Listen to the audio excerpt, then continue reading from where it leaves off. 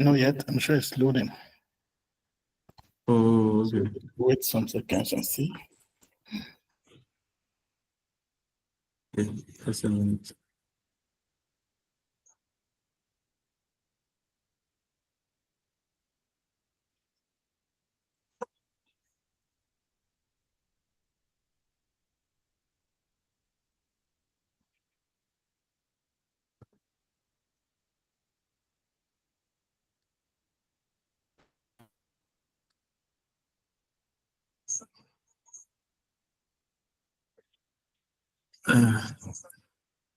Sorry. Can you see my screen? Yes. It's here now. Okay. There's something I want to share. I don't know why that thing is not sharing. Okay, yeah. So good. I'm going to take you through the steps so that we don't just run the work or the data, but the data, but we get to know how it was done. Yeah, because that's the reason why we are here, even though we are writing a paper, but at the same time we are learning. Yes. Very nice. Okay, so two things. There are two ways by which you can go about it. I think many of you don't have access to Scopus. I don't know whether you have, but if in case you don't have it, you can use what we call Web of Science. So there are two databases I recommend. Web of Science. You can use Web of Science. Here we have access because of the university, the kind of universities that we have here. But I don't know much about China, whether you also have access. But here, something like Web of Science, which is the Clarivate. These people rank the top 2% and 5% researchers in the world. Yeah, and it used to be called the Thomson Chain Reuters. I think they're still there.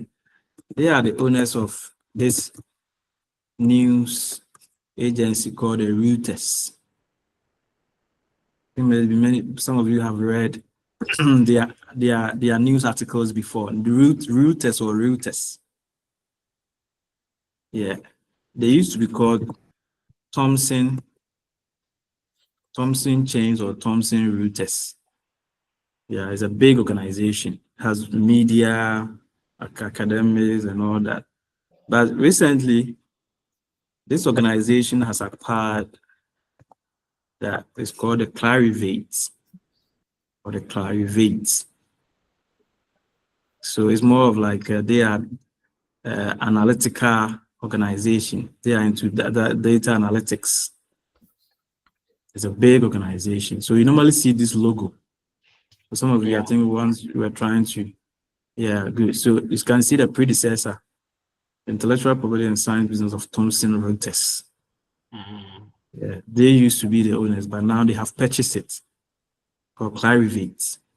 So those of you who are reviewers, if you review articles for journals, you see Globum or Publius is Web of Science. You have seen this. They will ask you, those of you who are reviewers, review for journals, they will tell you, or if you review for, sometimes even if it's a severe journal, they say. Yeah, so you can use that. That's Web of Science. You can also use Scopus. So Clarivate, you can use Web of Science or Clarivate. You can also use Scopus. Scopus is a product of Elsevier. Elsevier has been in the system of publishing papers for so many years. And if you look at their history, I think they go back as far as the 1900s or 1800s or 1900 or so. They have been around for so many years. And then the logo of Elsevier, which I think many of you have seen, is like somebody standing under a tree, plucking some fruits. wagon or taking some fruits, right? I think many of you have seen this before. Yes. Sevia, this is a Sevia logo. Yeah, so Scopus is their product. And when I say their product, is one of the things that they have put out there. In addition, Sevia also owns what we call Science Direct, which I think some of you also know. Mhm. Science Direct is also owned by Elsevier. It's for them. It's a product of Elsevier, Science Direct. They also own what we call Mendeley. Mhm. So Mendeley is also a product of Elsevier. Okay. They are into publishing of books, articles, and all that. And in the past, Elsevier was purely a science-based publication site or this thing. But as the years went by, they have evolved and they have added management and all that into it. But even when you look at Elsevier critically, most of their things are more science-based, still science-based or science-related. Okay, so that's also one of the databases. So what is the difference? So what is the difference between Elsevier, Science Direct, Mendeley, and Scopus? Very simple. Scopus is a database. When you say a database, like a warehouse, it's a storeroom. So the Scopus is where all the articles from Elsevier, that's where they store them. So it's a database. It's kind of a database, a big warehouse where they store this. They are all their articles and information, including the articles from Science Direct and all that. They just put them there. And then the Web of Science is also a database. There are other databases. One of them is called PubMed. PubMed is purely science related and it's owned by the US government. It's a national kind of owned by the US government kind of.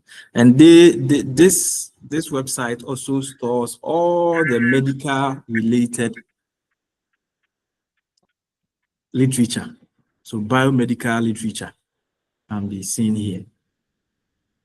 In addition, the PubMed also work with what we call the Medline. They also work with what we call Cochrane Library and the rest, all the science related. So if your work is related, mostly I don't search PubMed because when you search, most of the things that you find, they will be they have to be more science related. It doesn't mean you can't use it for your work, or you can't use this database to search for articles, but I don't use this MAT because it's more pure science related. Yeah, but you can also do some searches there. And we also have the EBSCO host, which I think many of you have also heard. It's also a database where articles are also stored, EBSCO host. So all these are databases. In fact, there are so many of them. We have ASE, so many of them, plenty, but these are the popular ones. Okay, so today we are going to use one of them, which is very popular. In fact, the Scopus is kind of the Scopus has an edge over the Web of Science because one, the Scopus has been around for so many years, or let me say the publisher, which is the Elsevier, has been around for so many years, and it's tend to have a larger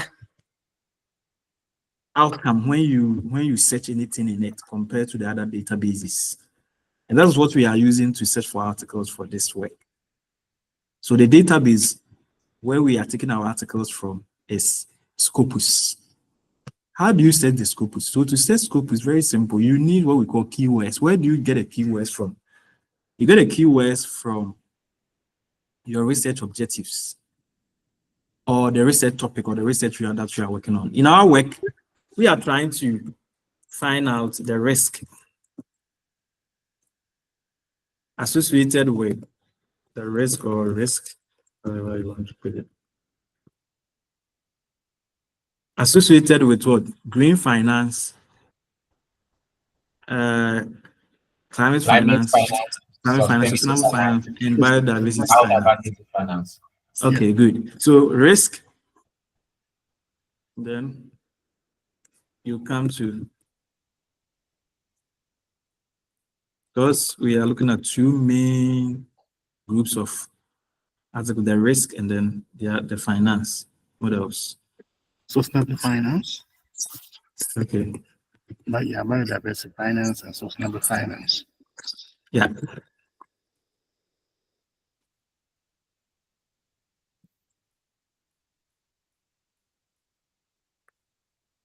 So you just put this in, you do the search, and this is the outcome.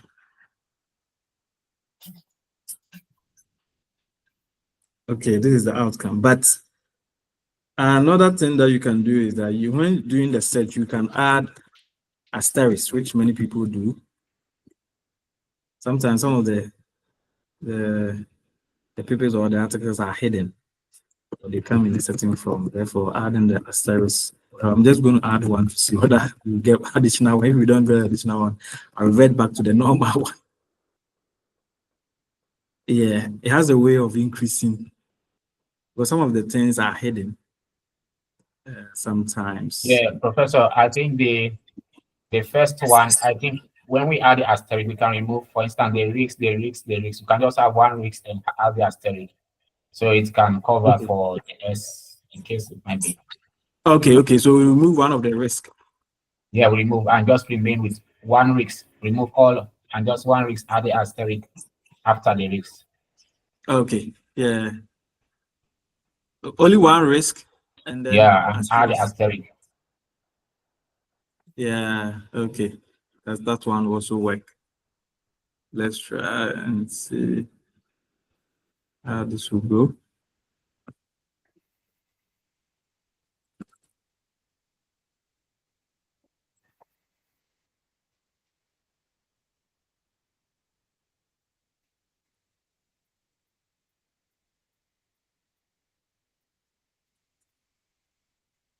Okay. It didn't work. I think there's nothing coming. Yeah, there is no any change. Yeah. Yeah. Okay. Anyway, let's leave it as it is. If there's no much change, normally when I don't see much change, I just forget about the asterisk and move on. But if I see changes, then I keep it. Yeah. Okay. So let's take out the asterisk. Let's leave them as they are. Risk and this. In the normal way. Yeah, that's okay. 920 and 938. Not much difference. Okay, so let's assume that we have 920 articles coming out. The question is, what next? The next thing is that we need to now filter. So this is the initial, we call this the initial outcome. So somebody should record this. So the initial outcome here is 920. Okay. Yes, just right. So 920 documents came out. But out of this 920, we need to filter, or we need to take some of them out. Yeah, if we were going to do a systematic review, then we will keep all these 920, set our inclusion and exclusion criteria, and then continue. But still here, the inclusion and exclusion criteria, they are important. So where do we apply the inclusion and exclusion criteria? We start with the document type. So the document type, you can see on your left-hand side, the document types are here. The document type that, per my experience, we use in undertaking such reviews, like bibliometric or scientometric reviews, are the normal journal articles and journal article reviews or review articles, which we call, like, for example, a systematic review that somebody has conducted, or a bibliometric or scientometric review that somebody has conducted, something like that. So these two types of documents are the ones that we keep for scientometric review. We'll forgo all the rest. we take out book chapters. So please, somebody should be documenting these things for us because they are all important. Or if not documenting, you follow. You know, the recording will be available. So, okay, Yeah, so definitely. we are going to take all the rest out. We don't need a rest. Conference papers, book, editorial note, erratum, short survey, retracted data, paper. No, they are not needed. So they are going to be excluded. So you exclude. When you exclude, the number of articles will come down. Now, they have come to what? 259. Okay. Oh, no. I made a mistake. Sorry, let me go back. I think I should have said limited to, not exclude. Yeah, limited to, not exclude. Yeah, the other ones should be excluded, not the two that I selected. Okay, so we have the remaining figure of the remaining articles are 661 documents.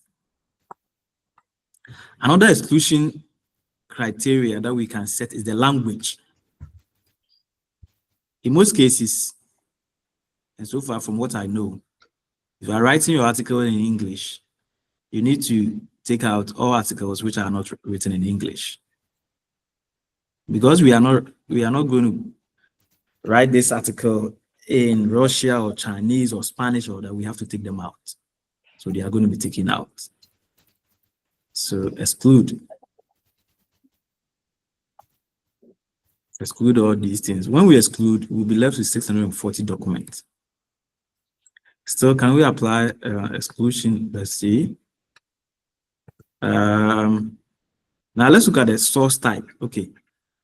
Here, we are lucky enough that the thing has already been done for us, because normally, normally when you come to the source type, you see that the source, you see the book, you see book, conference proceedings, and the rest. But here already, it tally with what's the first thing that we did about the document type, because we wanted to keep article and review, which are coming from journals. And here, so there's nothing for us to exclude again. So that's it. Any other thing? Basically, these are the things that personally, from the systematic reviews I've done, these are the things I exclude. I know some people also look at the study area. Year of publication. Oh, the year of publication. Okay. Yeah, people also look at the year of publication. Yeah, the year of publication. But in this context, I think we don't have many papers. Yeah. If we were to have more than 1,000, 2,000, 3,000, then I will limit it. But maybe if it's an old field where you are looking at the research for a particular window, maybe we're looking at our review within a particular window, maybe from 2000 to now for the last decade or for the last two decades. Last decade, yeah. But maybe if you're looking at the beginning till date, we may not need to exclude based on years. Yes, I agree with you. And more importantly, even these three concepts, as they are new, they are still new, even though they are not new, but they are new. I mean, when I say new, they are contemporary issues. They are not things which have been in the system for, let's say, 50 years or 70 years. Primary finance and all that has become something, a topical issue that people are discussing them for the past 10, 15 years. Yeah, so personally, I think we should keep them. And then the articles are not many too. 600 are not many. Yeah. But what I was trying to say is that I know some people also look at the subject area. Good, this is what I was going to talk about. Subject area. Some people, when they are writing an article like this, looking at their area, for example, if their area is engineering, then they will limit the articles in the area of engineering, or they will select only engineering related articles. and take out all the articles which are not related to engineering. But one of the mistakes that you can commit with that, which I think is not a good idea, is that most articles are multidisciplinary. Yeah, especially this emerging fields. Yes, in a sense that even though maybe the person who wrote the article about engineering, let's take something like infrastructure or something. But for all that you know, the person has connected a thing to business and accounting, social sciences or social studies, agriculture, decision science, mathematics, medicine. So if you may take the article, yes, the person talk about maybe green finance in so and so area, maybe nursing. But when you go into the article, you read the article, the content of the article, you can see that it is linked to so many areas. So normally when I'm doing reviews, I personally don't touch this area because I know most articles, when you pick the content, if you go into them, the details, you see that the articles are related, the content are related to so many things. It's not just one particular area that they have limited attention to. Yeah, because you see an article which is about business, but the business article, some of the methods or one of the methods or whatever they use in coming up with that business article, there's a decision science in there. There's economics in there. Mm-hmm. There's econometrics in there. Yeah. You get a point. So like your paper that you did, that equation, I don't understand it. Yeah. Another equation. That equation, I've looked at it several times. I don't know where it started. Yeah, that method is actually engineering kind of.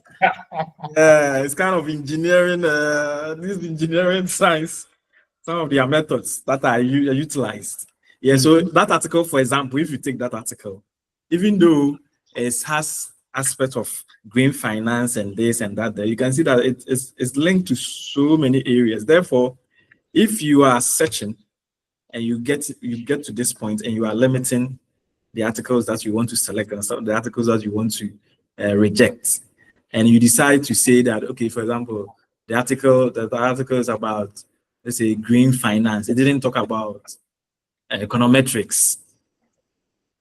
Therefore, I'm taking it out. You have made a mistake because in there is some form of econometrics there. There is a form of decision science in there. There is a form of engineering in there. So normally when I get to this point, I don't touch this. But I understand why people also do this, because some of the articles too, sometimes when you look at them, they are specifically to certain areas. And I will suggest you do that when you are dealing with a large amount of articles. Yes, if you are dealing with a large amount of articles, maybe out of the search, the outcome, we have, let's say, 20,000 results or 10,000 results or 14,000 results. For that, then I will suggest you can consider by limiting it to a subject area so that you can get a limited amount of articles and work with them. But if the articles are not many, limiting them to a subject area, you are likely to take out so many important articles out. Okay, so on that note, I'm not going to limit anything here. So we are going to work with all these 640 articles. So how do we get it into the software so that we work around it? Very simple. Once you get this, you click all and then you export. When you are exporting, export by using what we call CSV. The CSV. Okay. You click on it, or you can also decide to use the RSI. Any of them. Normally, these two work very well. The RSI work with the EndNote. And in the CS, we work with Excel, normal Excel. So I'm going to click on this and then select all. Okay, corresponding. Okay. Yeah, and select all and then click export. So when I click export, the thing will just download. Please just give me a minute. I need to connect my machine. It seems it's going off where I am. So just give me a minute. Let me move to another place so that I can connect.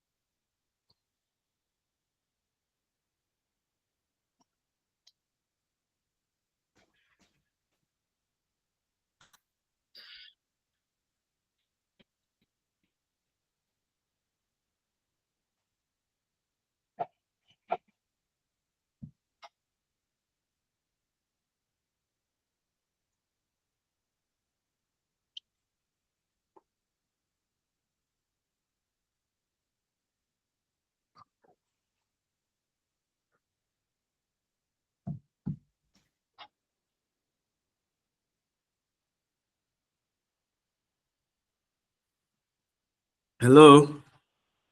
Hello, we're here. Oh, okay, good.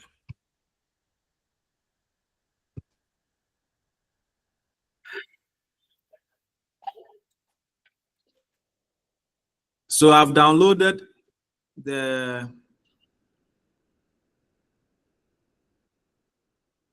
the articles.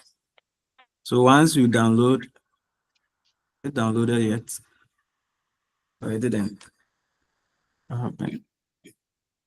Okay, I can't see it in my download, and it means maybe it has not been downloaded or something.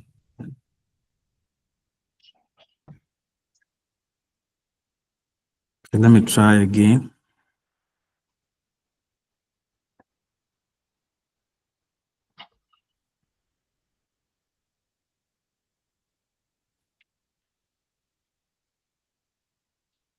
Let me try again. I think. Just a quick one. So some of the things that are not active. So why is this so? It means that we cannot do analysis related to that. Things like Correspondence address. Okay, that may not be necessary. Abbreviated. Yes, I think some of the things are not in one. It's possible they may not be important. Yeah, that's what I think. Mm-hmm. Yes, I think some of them may not be important for your analysis. Okay. Abbreviated source title. Maybe. Yes. Maybe Yeah. funding details. They have only funding text, not sponsors. Like The sponsors, yeah. Which maybe individual organization that are calculated. But the truth of the matter is that when the analysis is ongoing, some of these things will not appear. Actually, the most important things that will appear, which we will see them very soon, are the keywords. Okay. The citation, the authors, the document title, the year. The years of publication. Yeah, many of the things that you see that the thing has even, they are ticked, they will not be seen in the analysis. Okay. Okay.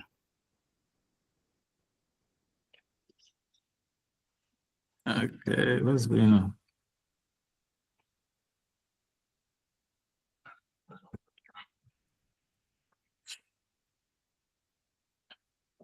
Okay, I think it's working now. Yeah, it's working now. Okay, yeah. So we have the next point is we need to get our software. We call it VOSviewer. For those of you who don't have it, it's free online. So I'm going to take you there. Or if you have never downloaded it, go to just Google VOSviewer. and go to the main website. Go to their main website. Oh no, okay. Yeah, so this is the VOSviewer website. When you come here, they will show you the latest. Let me see the latest. Hey, these people, it's been a while since they upgraded it. Yeah, because they used to upgrade it almost like every month. Maybe they are there. It's okay. Yeah. And that at first, I mean, I used to use it a lot. Oh, okay. Next edition of okay. Okay, so the latest version is the 1.6.20, which was released in March, in October 2023. So download it. I've already downloaded that. There's no need, so you can download it from your end. Okay. So when you download it, it will ask you this to install and all that. It's very simple and easy to install. Anyway, I can download one and install it for you to see. It will just upgrade what I have already. So in your case, depending on the machine that you are using, is it a MacBook or Windows or whatever? So in this case, Windows.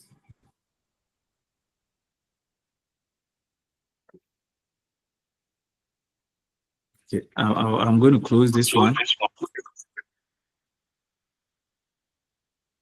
I just want to start all over again so that you get it. So once you open it, you download and open, you see this. Yes. I think one of you, your audio is on. Can you put it off? Making some noise.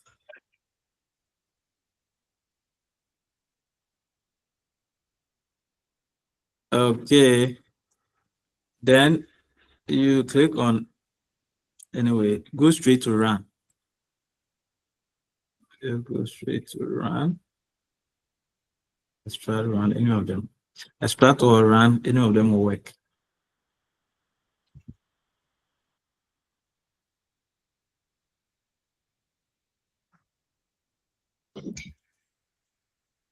Okay, so these are the founders or those who invented this software. They are Niels van Eyck and Ludo Wortmann, Center for Science and Technology Studies, Leiden University.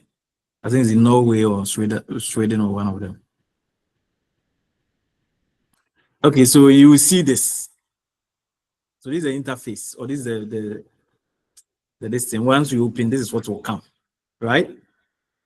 Okay, well, what next? The next thing is to now do the analysis. So now you have the software, now you have your data. So you have to feed the software with your data. So you click on create. Okay, before this, in case you want to read more about it, they have a manual. Okay, I can't do that because it's a full distance on its own.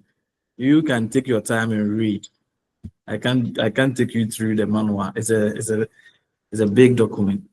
So take your time, read, and then about VOSviewer and all that, they are here. But that's not what we are interested in. We are interested in using it to create our analysis. Okay, so file, you click on create, and then you see create a map based on network data. Here we don't have a network data. Network data is something from neural networks and all that. We don't have that. What we have is bibliographic data. Bibliographic, which in this context, database from Scopus, Web of Science, Google Scholar. That's what we have. So that's what we are going to click on. But if you have a test map data is from NVivo. Those who use NVivo and all that. You can use it here. But we don't have that. What we have is bibliographic. Okay, so you click on that, and then you click on next. Then next, it will ask you, where are you taking the data from? Choose data source. So there are so many sources here. So depending on where you are, your article is coming from.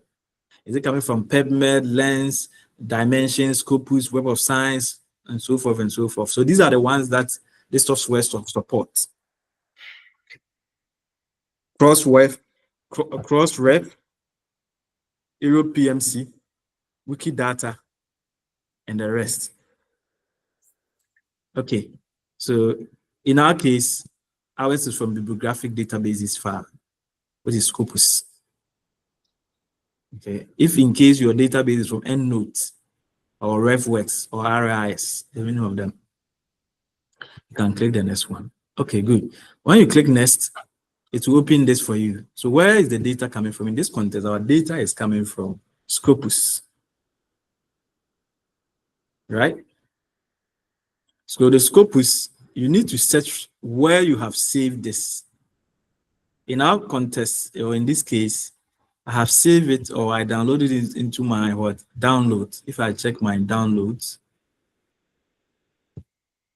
the database is there, but I need to, let me go and check the name. Called export. Is this really the database? Let me check something before I get there. Okay, yeah, that's the one. For export, in this context, it's called export. Prof, can I ask a question, please? Yeah, you can ask. So I see here that that the sources, they've classified them. So we have the Web of Science, the Scopus, and all of that. What if your analysis, you are getting the data from 2 or 3 of these sources? Where that's one of the limitations of this software. The software cannot work with databases or data from so many sources. That's one of the limitations. Okay. Yeah, I get your question very well. Like maybe you have downloaded databases from Web of Science, then you have downloaded databases from Scopus, and you have downloaded databases from Google Scholar. Can you put all of them together here? The answer is no. Okay. Yeah, the software takes one database at a time, is it? It doesn't give room for where you have merged. Maybe you have done manuals. So, for example, in order to make sure that you don't leave out some important papers, I search these same keywords in Scopus, downloaded it in the SBS file, search the same keywords in Web of Science, and then save an SBS file. Okay, you can. Then I merge the two and then remove the duplicate. Yeah, you can do that. It's allowed. Okay. It's allowed. So in that case, especially if somebody was you can talk. Fred, please go ahead. Yeah, Fred is coming. I was saying, I think for the bibliometric analysis, it's difficult, like Professor is saying, especially for this software, except for R. For R, usually you can combine the bibliometric data. But for systematic review, it's easy because you can manually look at the papers and then choose what you are choosing and then combine that. You can choose from this, because that one is more easy. Manual systematic review, not bibliometric analysis, is more easier to combine different databases because you are going to just look at the abstracts or the titles or the conclusions and combine the papers in your work. Yes, I agree with you, Fred. So if the systematic review, easy. But for this, what I know is, they have built their databases for whatever they have built. They know whatever they have put in there. So if you mess up with something a little in it, the thing will not work. I have tried doing that with what Solomon said in the past. It didn't work. So I just don't really. I consider it as a limitation. Okay. I always put it as a limitation because if somebody has so many data from different sources and the person is trying to put them together, it's kind of difficult. Exactly. Yeah, it's kind of difficult. Yeah. So just take one at a time. Okay. Thanks for the clarification. Yeah, you're welcome. Okay, so yes, you click OK, and then you go to the next, and you see that it has its own way of working it out, and all the things that we need has been generated. So these are the types of analysis. So this is the type of analysis that we can use the VOSviewer to generate based on the data that we have from Scopus. What type of analysis? One, they come in 5 forms. There are 5 main types of analysis that can be done in the VOSviewer. What are they? The first one is called the co-authorship analysis. What's the meaning of this? This is where this software will try to link the relationship between the authors who have written the articles that you are trying to analyze. So the 640 articles, what are the relationships between the authors? And it all comes down to what we call collaboration, just like what we are doing now. So it tries to help us to know which of the authors have collaborated with people, other scholars, to publish articles on this topic. And on this topic, I mean the keywords that you put in, the risk, and then the sustainable finance, climate finance, and then the biodiversity finance. Which authors have done that?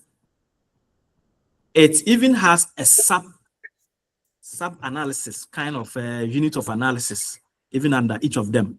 So if you take the co-authorship, we can look at it from the authors, and then we can also look at it from the organizational point of view. So the authors here refer to the individuals, like maybe you, Solomon, Fred, and anyone who decide to work on this topic or any other topic. Then it can also take the analysis in terms of the co-authorship from organizational point of view. Where are the researchers coming from? Maybe the researchers coming from Harvard, they have collaborated with researchers coming from Oxford more. Or the researchers coming from Nigeria. Is it Nigeria? University is what? Is there a university in China called Nigeria or Nigeria? Nanjing, yeah. So maybe the researchers are coming from Nigerian University, and they have collaborated more with researchers coming from University of Ghana. And that's the organizational analysis of a co-authorship. It can also look at it. It can also look at the co-authorship also from country perspective. Where are the researchers coming from? So maybe the researchers coming from Ghana, they have collaborated more with researchers in Australia, or and so forth, that kind of thing. So countries. So that's the first type of analysis that this software can help you to generate. Then we have a second type of analysis called co-occurrence analysis. This has to do with the keywords analysis. And the keywords analysis has to do with the key things that are in each of the articles, the main issues, the key issues in each of the articles. So for this co-occurrence analysis, to that 3 units of analysis in there, the software can help you to generate all the keywords, irrespective of what they are. And the keywords in this context, to make it very simple and easy to understand, are the words that has repeatedly appeared in the articles. You know, maybe when you pick an article, and maybe the word that you will see in there is maybe green, or climate, or finance, something like that. Yeah, so it will pick all that and it will do an analysis, and then we are going to see some very fantastic pictures very soon. Then it can also do the analysis from the author keywords. Normally, there are keywords that the authors normally put out there. 2 things. This author keywords can be looked at it from 2 perspectives. It could be author keywords based on the research areas of the authors. Because normally when you look at most of the researchers and professors, their profiles, they normally talk about their research areas, right? Somebody will say maybe mine is green finance, another person will say mine is this, mine is that, and that. So can do that. It can also be look at it. We can also look at it from when you pick each article. After the abstract, there are keywords, or normally authors put keywords. I don't know whether you have observed this. Right after the abstract, before you get into introduction, keywords. So that can do that. The same thing also applies to the index. The index one and then the author one, the author keyword, they work almost the same. Okay, so that's the second type of analysis. The third form of analysis that this software can help you to generate is called citation. This is where we get to know the impact. So this is purely impact analysis of the data that you have. What is the impact? And you know, the impact of every article is measured by the number of citations. The impact. That means people are reading, people are citing, people are, you know, that's how we measure every article, every study. With this analysis, the units of analysis are 5. We can look at the citations from documents. Each of the documents, the number of citations. We can look at it from the source. The source here has to do with where they have the article has been published. Like if you take a journal like Journal of Cleaner Production, I think there's someone's audio which is on. Please check and. Yeah, I think it's Angelos. His background. Yeah, Angelos. Can you mute your audio? Yeah. So that okay. Thank you. So that's the source. So we can look at it from the journals. We look at which journals have published articles that contain a lot of green finance articles, and those articles has also they have been cited, or how many citations have those articles received. We can also look at the citations from authors. So we look at it from each author. Like maybe if you take me, you take another person, you take another professor, how many citations? Let's say this person, he's known as somebody who publishes a lot of climate finance articles. How many citations has that person received? You know, so here we'll get to know, we can know them. And then by knowing them, we can know that, oh, so this is the guru, or this is the big guy in this area. He has received more citations in sustainable accounting, or sustainable this, or so and so topic. We can look at the citations from organizations' point of view. And the organizations here has to do with the research institutions. In simple terms, the universities. So which universities has received more citations, or which universities have received many citations about this work? And we can look at that. Then we can look at it from countries. Yeah, so it has a way of helping us to know which countries have published more papers and have received more citations on this topic. So very soon we may see China or something, or the US, depends. The next one is bibliographic coupling. So bibliographic coupling here also has to do with how the articles are related. How are they related? In terms of documents, in terms of source, in terms of authors, in terms of organizations, in terms of couples. In other words, in fact, the citation, bibliographic coupling, and co-citation, they kind of work together. In most cases and in most studies, and in most research articles I've read, they normally report the first 3, and the other 2, they don't. It's rare cases that you see articles where people have presented bibliographic coupling and co-citation, you know, because the 3 almost work almost together as the same thing. In fact, I have problem with those ones. I normally see that it's difficult to interpret, to explain, But the first three is easy, straightforward. You can use the Yeah. Excel sheet. You can use the tables. It's very straightforward. And even for that Yes. one, you can see the major words. It's easy to highlight that. But the others is difficult. So sometimes, Yeah. I thank you very much. I've decided that I will stop using them. I will Mm. stop. I will stop making reference to Yeah, them. because the reason why personally I believe that you don't have to use them is that, you know, the bibliographic coupling is all about trying to look at the similarities between the document and all that based on their citations. That's what the bibliographic coupling try to do. The similarities, trying to measure. So the bibliographic coupling in simple terms is look more like correlation, trying to establish the correlation coefficient based on the citations.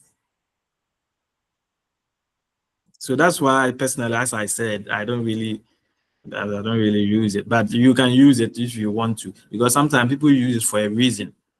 There's something that they want to explain, there's something that they want to establish. Co-citation, cited references, cited sources, cited authors. So this is more of like, let's say an article that maybe Solomon has authored. Solomon cited some people, right? I mean, if you go to the reference list. So that's what this analysis does. How many papers did your paper cited? How many authors do you cite? That kind of thing. They all come down to the issue of citation. So to be honest, I have not really done any paper. I have not done any paper. I have not produced any paper where I have concentrated on the last two.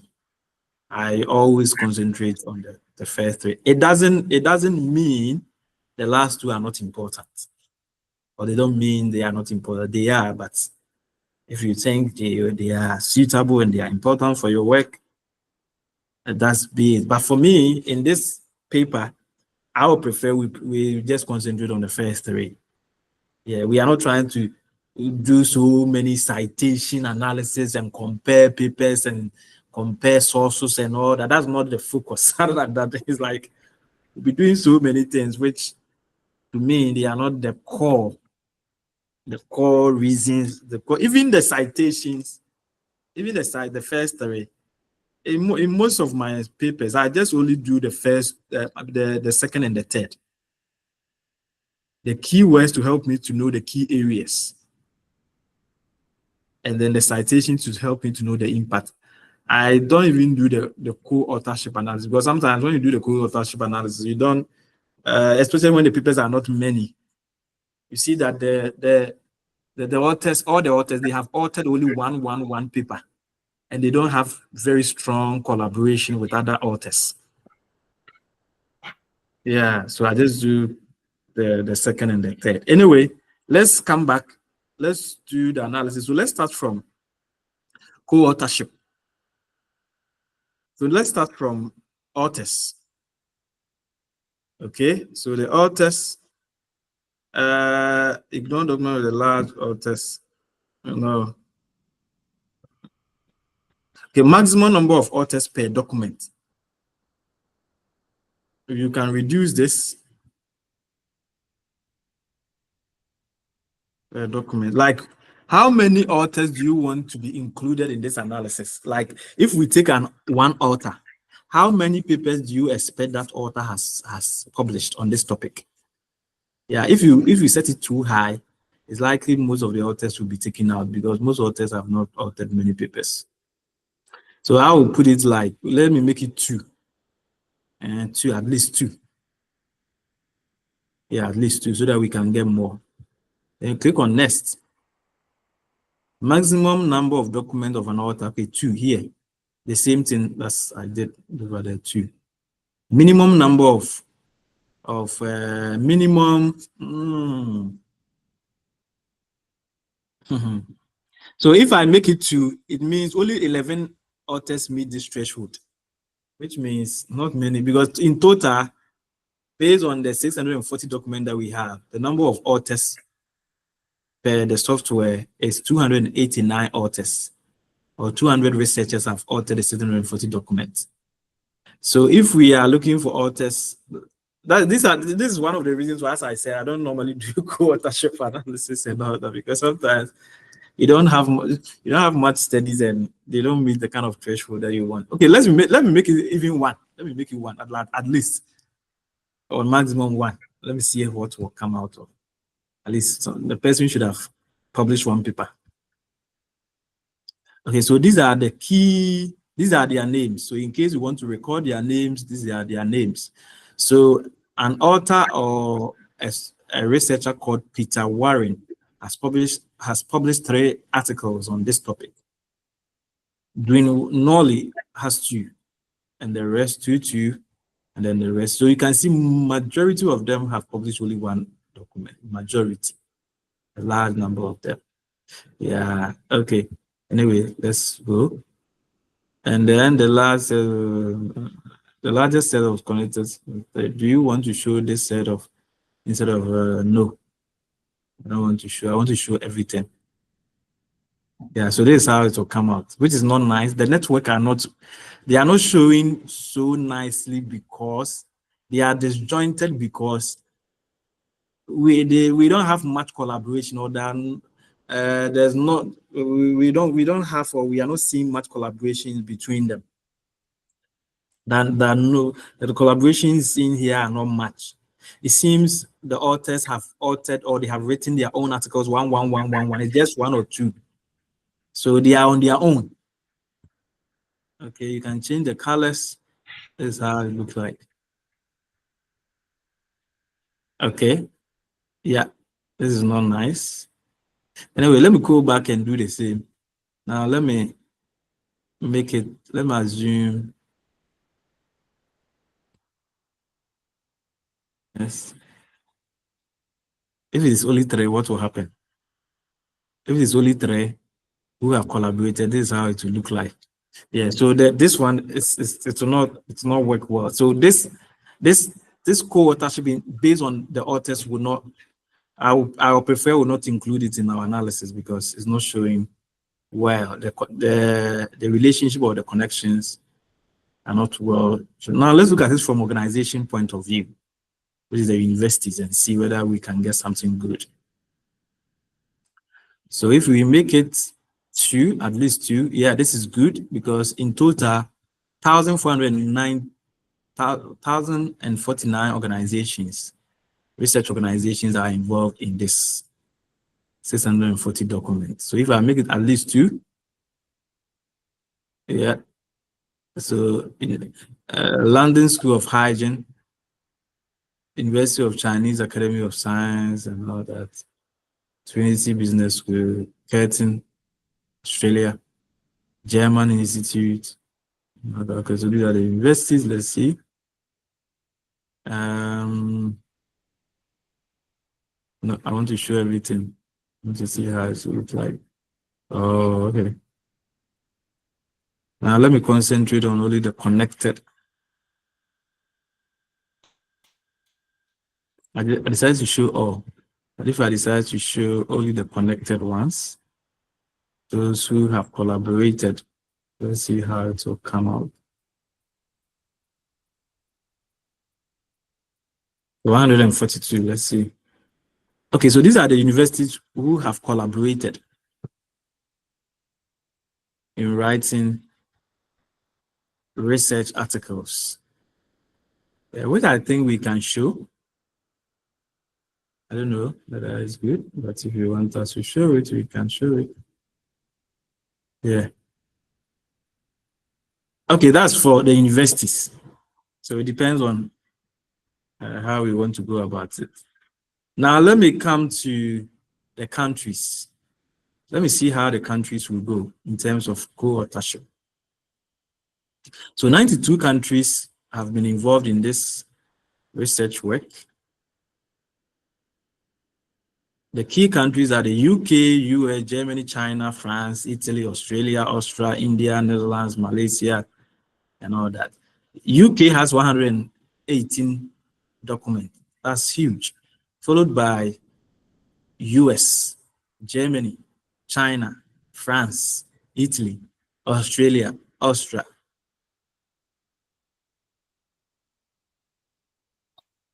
Yes. Yeah. So this is how they look like. Can you see? Yes, yes. Yeah. So you see the countries. You can change the distance, the network. This is a network visualization. This is the main, and then this is overlay, and this is the density. This is the density. So any of them that you want to show. So you can show this. I think this is good. We can show this in terms of co-authorship. Now let me go to the keywords. Sorry, doctor, how we can copy and take? How you want to copy it? Yes. Okay, to copy, very simple. That's a good question. To copy, you just come to save. Either save is one of them. You can also click on screenshot, one of them. Either save or screenshot, any of them should work for you. Can you see save or screenshot? So let me do the screenshot. The screenshot, I'm going to save it. Let's say download.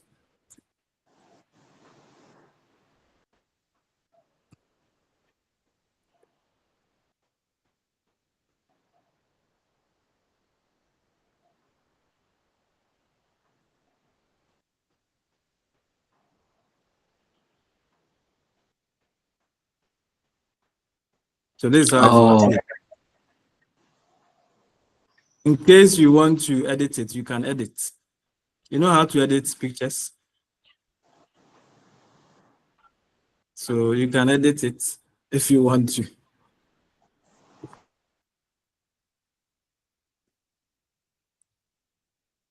You can edit and take some things out if you want to. Oh. Yeah.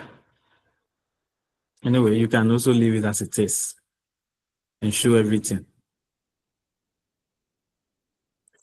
Yeah, so this is what you have to put in your article. Now let's come to the keywords. So let's be quick a bit. So the next 20 minutes, let me try and see whether I can finish with you. So the same approach, same steps. You click on keywords, and then let's start with the all keywords. With the keywords, 2,946 keywords have been identified in all the documents. And if we decide to make it at least 2 keywords that occurred, so 2 keywords or a word that occurred at least twice in the document, we will see 710 of those words that will meet this threshold. The keywords that are likely to be seen in the document that we are reviewing are climate change, sustainable finance, sustainability, climate finance, finance, risk assessment, investment, environmental economics, blah, blah, blah. Yeah, ESG, they are all here. Okay. Let's see the outcome, how the results will be like. Yeah, so this is the results of the keywords, and this is how they are connected.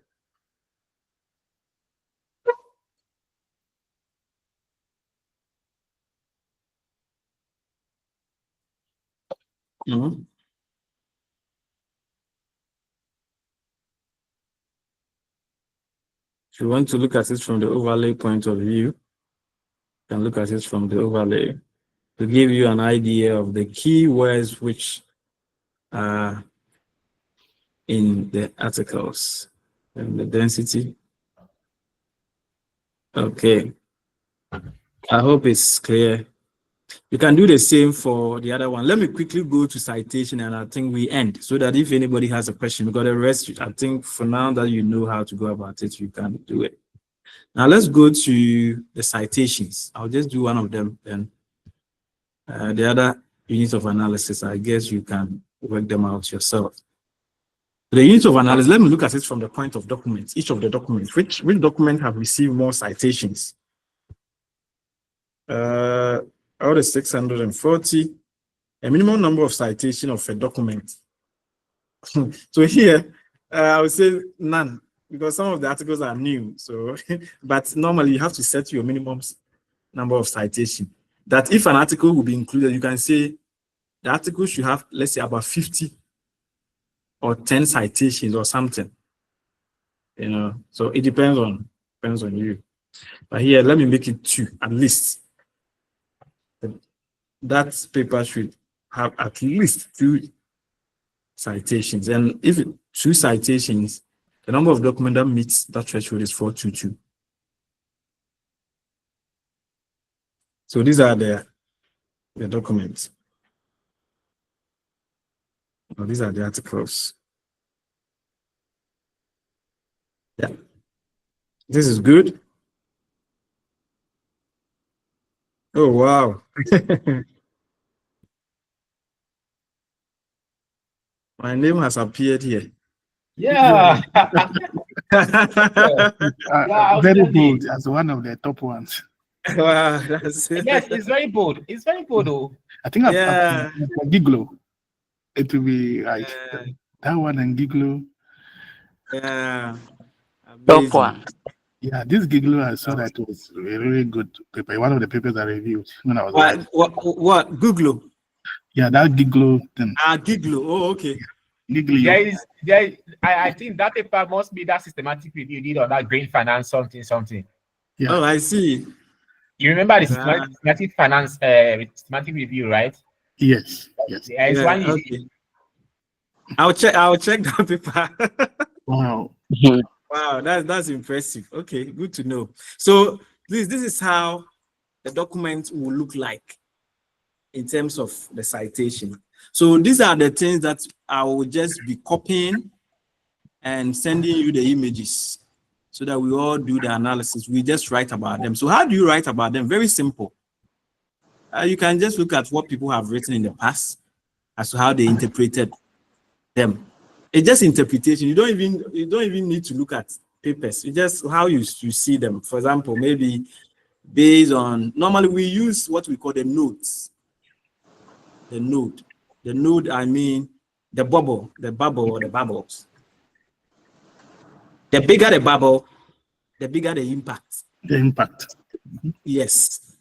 You know, all this thing, I think I forgot to tell you. The bigger the bubble, the bigger the impact. Okay. Like when we do the word, the keywords. Mhm. Let me go back to the keywords again.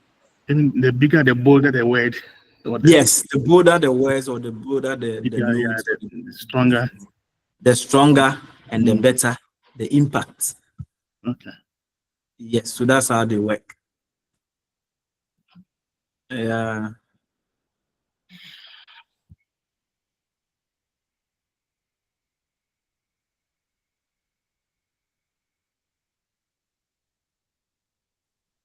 Yes. So Like here here, you can see sustainable finance is driving the wheel. Yeah. yes, the sustainable finance, the name sustainable finance has appeared a lot, Mhm. followed by climate change. Yeah, So the ones which are the bigger ones, Mhm. climate finance, climate change, investment, human, words like human, developing world, so when you put a 10 on it, you see them. So the bigger the bubble, the bigger the impact. Okay, so that is it. Is it not simple? Yeah, it's very interesting. It's quite Yes, interesting. very interesting. Yeah, Very interesting. yeah, so it's something that you can do. So you can download the software. It's easy to download and it's easy to use. Yeah, You I don't think really I downloaded it last week when I was doing the write up. I just let me save this software. Yeah, I've installed it. Yeah, so just download it and install. And after this work, after we have finished doing all this work, you can also use it for your own work as well. Another time, once we are done with this paper, there's something I went for training recently. I want to teach you, and it is called R Commander. I don't know whether some of you have heard it. It has to do with R Studio, whether some of you know or have heard of R. Yeah, we have heard of it. But I don't know Ah. how Commander, yeah. I know Yeah, so I have gone for that training and I know how to use it, install it and use it. It comes with so many codes, but now the R Studio, those who came out with the R Studio, they have been able to come out with another form, which is the graphical user interface of the R Studio, because the old R Studio used to be code based, like you need to know so many codes here and there, and it was a little bit complicated. And yeah, it was complicated and it was kind of difficult. But now they have made a compromised version, which is called the R Commander. And that R Commander works just like the starter. Okay. And it's also free. Oh, It that's works great. just like SPSS. It's also free. So you can use it for your data analysis. It works just like eViews, and it's free. So it's something that we will learn in future. It's actually nice using it. And it's like, I think recently a lot of people are using it. People are learning and using it. Okay, so please, I'll end here if there's no question. You know, Professor, when the software is new, and then people will try and learn the method and publish paper, it's because the editors, when they see that kind of method, they will easily publish your paper because that will draw attention of people to that paper. just like in the beginning when Smart PLS, you know, any paper, you can see a simple regression. People just do that and say, oh yes, using Smart PLSM, and they got it published. But now we are doing ours.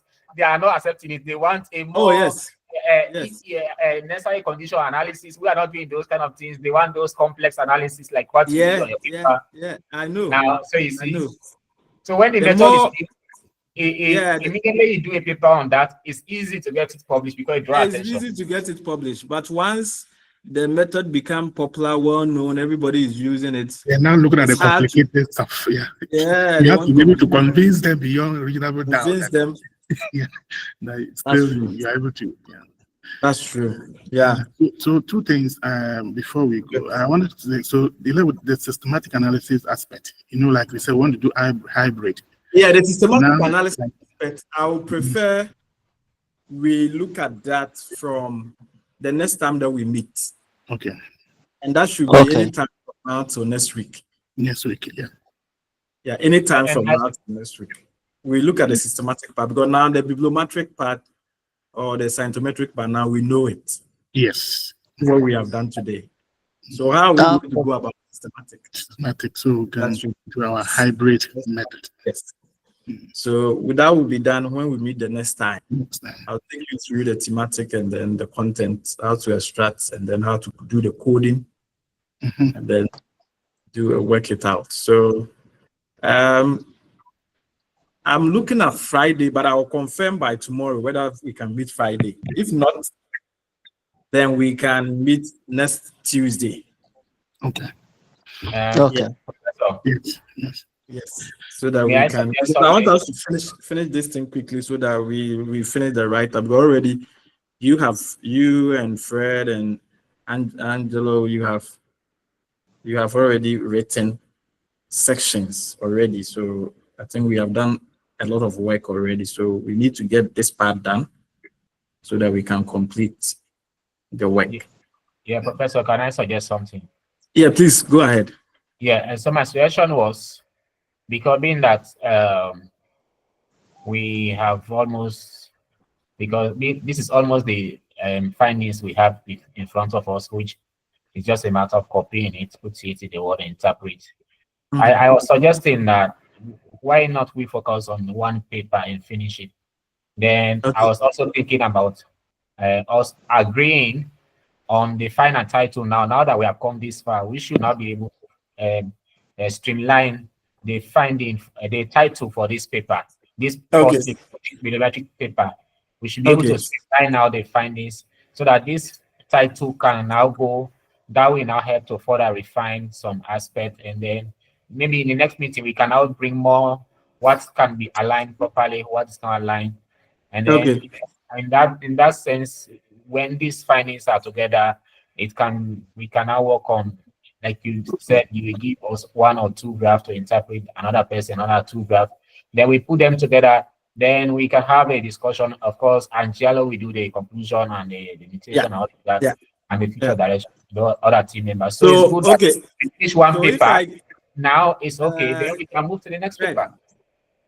Yeah, Fred, if I, maybe not to cut you short, but if I got you, or what you are trying to say is that we should just focus on the bibliometric, or I don't know, that's not what you are saying, and maybe use our resources and our efforts to publish the systematic different, or I don't know whether that's what you are saying. Is that what you are saying, or? No, I think we agreed from the beginning we are doing 2 papers. Okay. But the problem is we agreed that we followed in the structure of the paper you shared with us. It's like a hybrid paper. But now that we have come this far, we can also put our thought together. And I think this thought can fit more within a maybe a kind of bibliometric or a hybrid of paper. So we need, what I'm saying, let us agree on like someone raised a concern about what about the systematic aspect. So I was thinking that because we agreed from the beginning, we are doing 2 papers, one bibliometric and one systematic, or systematic and bibliometric, one hybrid or one purely bibliometric. But the doubt I am having, which I think all of us have, we have not agreed on the particular title for each of these papers. So now that now that we have done some work, and I think I was thinking that because that same introduction will not be used for the 2 papers.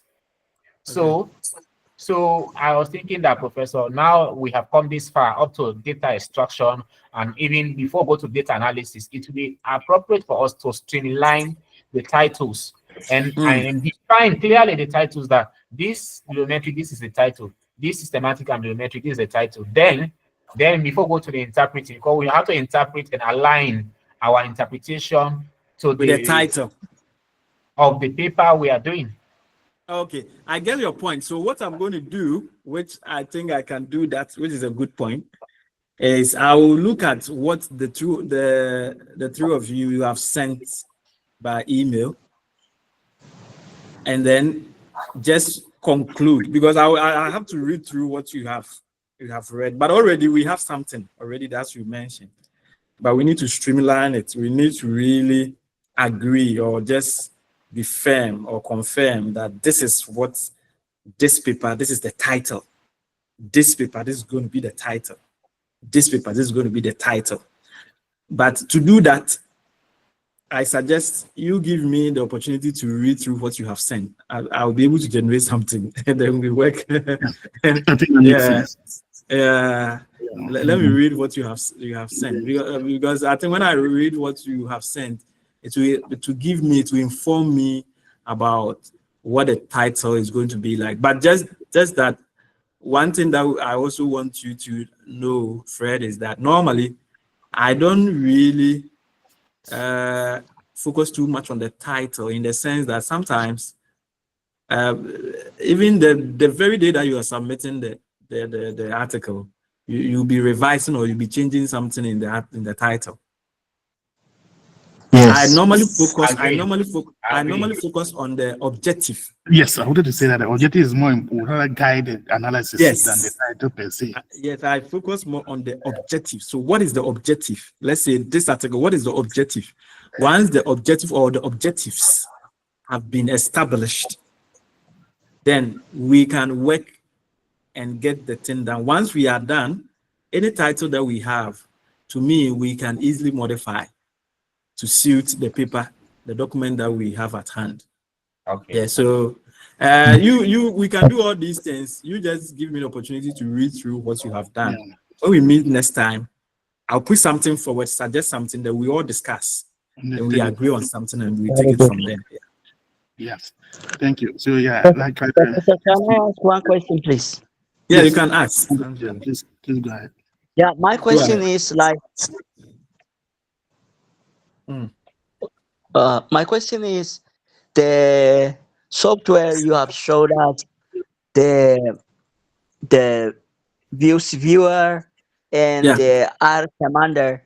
So I was using the R Studio before, but Okay. now what's the difference between the R Commander and R Studio? Is there any Okay. difference? Yeah, And there and is. There is. In the and which past. one is the yeah? Okay. Thank you. Okay. I would say the two of them are all good. Or the two of them are the best. So the two of them are good. All of them are okay.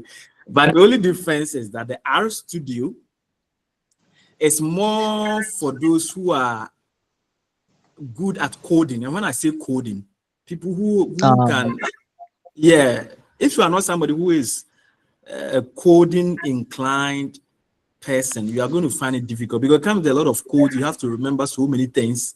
You have to put in some manual coding, some things to work with it. If you forget if you mix any of them, you are going to get them wrong. But one thing about it, the R Commander is kind of new, quote unquote, because it's recently that a lot of people are using. The R Commander is new because it's a compromise. And when I say it's a compromise, they have made it easier. It's still R Studio. It's from the R Studio people. Or those who came out with the R Studio. They are the people who have put out the R Commander. They have made it easier by making it what we call user interface. The user interface. The reason why it's a user interface, or the reason why they have made it user interface, is that with a user interface, all that you need is just you click on the thing and the thing will work for you. Just like this VOSviewer is a user interface. Because here you don't need to put in. When I was running all these VOSviewer, I didn't put in any codes. Yes. I didn't put in. It's just a matter of clicking, click. You click. If you know the steps, you click, and the thing will be working. Just like if you have used SPSS before, you have used Stata before, Stata, Smart PLS, the same. They are all click. You click. The functions will appear. You click, and then the thing will work. Click, work. But with the original R Studio, you don't just click. Yeah, it has a problem. Lots of problems. Yes, you have to put in codes. You have to put in codes, and the codes, you have to make sure you get the codes right. If you don't get the codes right, you can't work with the original R Studio. And it used to be complicated, or it's still complicated. And I guess because people complained and people had issues with it, they decided to come up with a compromised version. So this one is a compromised version, or it's a version that is somehow easier to use. Yeah, compared to the original R Studio. And so from the R Commander and VOSviewer, you prefer the VOSviewer, yeah? No, the VOSviewer, the VOSviewer is for literature review, like bibliometric scientometric review. Yeah. But for the R Commander, it works just like SPSS or Stata. So the R Commander has functions such as you analyzing factor analysis, or analyzing used for empirical studies. Regression. Is it? It can be used for empirical studies. Yes. Okay. Empirical studies. For regression, for discriminant analysis, for factor analysis, for panel regression. The R Commander can be used for all that. Simple regression, panel regression, logit regression, probit regression. They can all be run in the R Commander, just like how we use the SPSS and then the Stata or Stata to run the listing. That's how the new R Commander work. Yeah. Anyway, we will get there. So maybe I was saying two things. The last one before we go. Okay. Yeah, just to clarify to Brother Fred, when I said what about the systematic, is that because my understanding from the beginning was that this paper was going to do hybrid. right? So I'm not talking about the second paper. I know the second paper will be ESG related. That will come later. Yes. I was still talking about the same paper, which we said wanted to hybrid. And Yeah, if you look at that's it, what I also you are remember. yet to look at the introduction, even though, but it was part of one of the strong arguments. Some of the problems Yeah. is to say that, okay, systematic, which is qualitative, only always look at this, bibliometric also look at this, but these days people like to do hybrid or mix. Hybrid. To Yeah. look at both the breadth and width. So which Yes. like that's one of the Yes. strengths, that's Yes. one of the strengths or the argument in the introduction.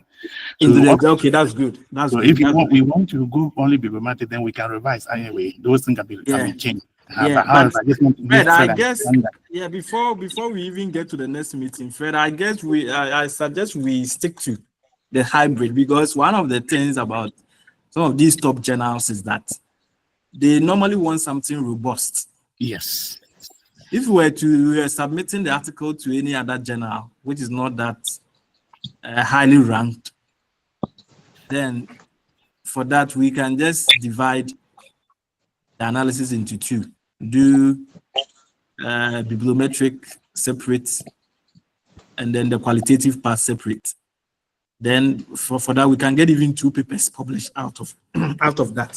But for some of these top journals, they normally want to see some complex analysis, robust, complicated, rigorous analysis before they can say that, oh yeah, it may even happen that your paper is not really talking much or not saying something much.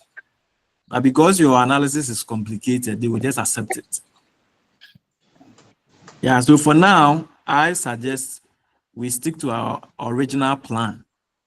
Once again, I will look at the documents that you have sent. I will read through and say something the next time. But I suggest we stick to the original plan of doing a hybrid. Yeah, Yes. and so that the paper will look rich and Strong. robust. Let me put it that way. It will be very strong instead of doing one. Yeah, because that's one thing I've come to notice about some of these top journals. Your paper may not contain much flesh and information, but once the analysis in there is robust, they normally think, oh, then the paper is good. But for all that, maybe it's not even that good paper.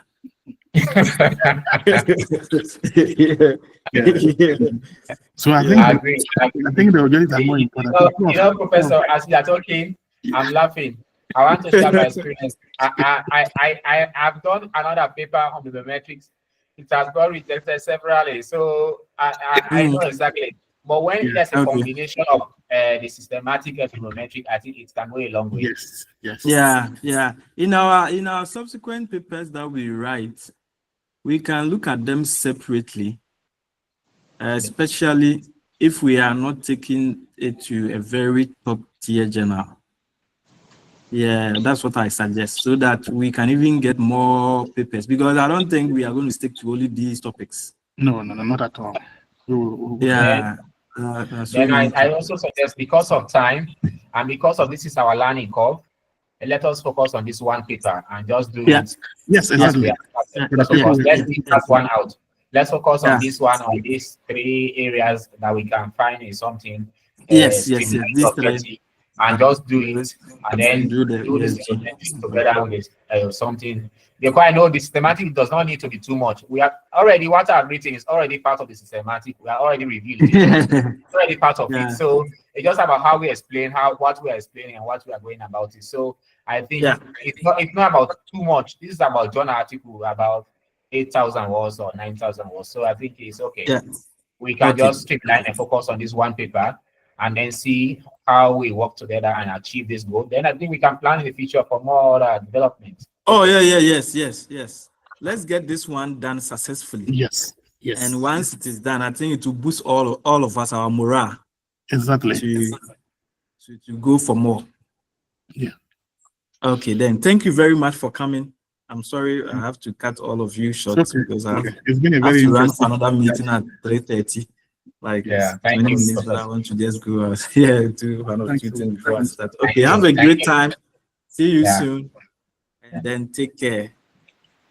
See you. If in case you have any question, you can send it maybe you can text me, send it or something. Maybe if you have a question or something that you didn't get right, I'll send the video anyway for you to have a look so that you can rewatch it. Okay. Thank you so much, Thanks a lot. Professor. It's very insightful. Yeah. Very insightful.